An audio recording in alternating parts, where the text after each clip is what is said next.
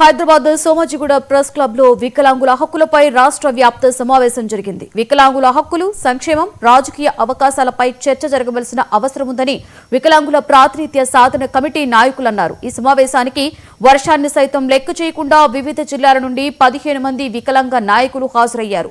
2014లో TRS అధికారంలో వచ్చినప్పటి నుండి 2023 వరకు, అలాగే 2024లో బీజేపీ కేంద్రంలోకి వచ్చినప్పటి నుండి ఇప్పటి వరకు వికలాంగుల సంక్షేమంపై ప్రభుత్వాలు సమగ్రమైన చర్చకు ముందుకు రాలేదని విమర్శించారు.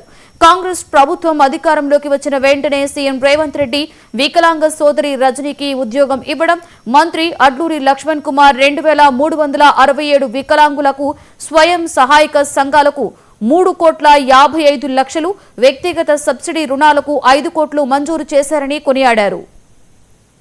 పార్టీ అధినేత కేసీఆర్ గాని, కేటీఆర్ గాని, ఎమ్మెల్సీ కల్వకుంట్ల కవిత గాని బహిరంగ చర్చకి వికలాంగుల సంక్షేమం మీద రమ్మని మనం ఇన్వైట్ చేస్తున్నాం.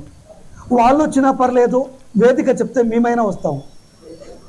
కేంద్రం కేవలం 300 పెన్షన్ ఇస్తుంది. కేవలం నెలకి 61 లక్షలు మాత్రమే పెన్షన్ ఇస్తుంది. కేంద్రం 80% పైన వైకల్యం ఉంటేనే పెన్షన్ ఇస్తుంది.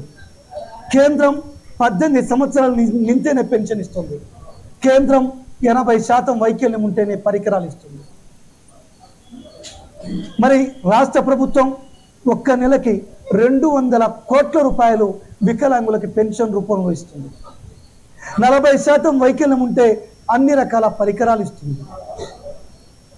రామచంద్రరావు గారు వికలాంగుల సంక్షేమం మీద గత 11 సంవత్సరాల్లో ఒక్క రూపాయి అయినా మీరు పెన్షన్ పెంచారని అడుగుతున్నాను.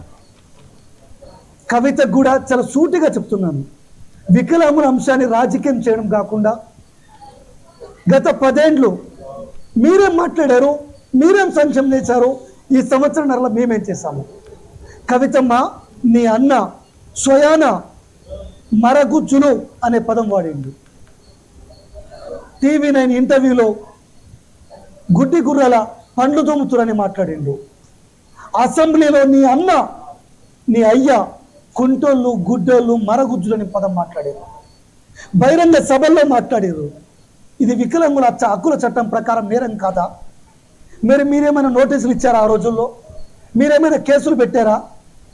నేను కల్వకుంట్ల కవితని, బీజేపీ పార్టీ రామచంద్రరావు గారిని బహిరంగ చర్చ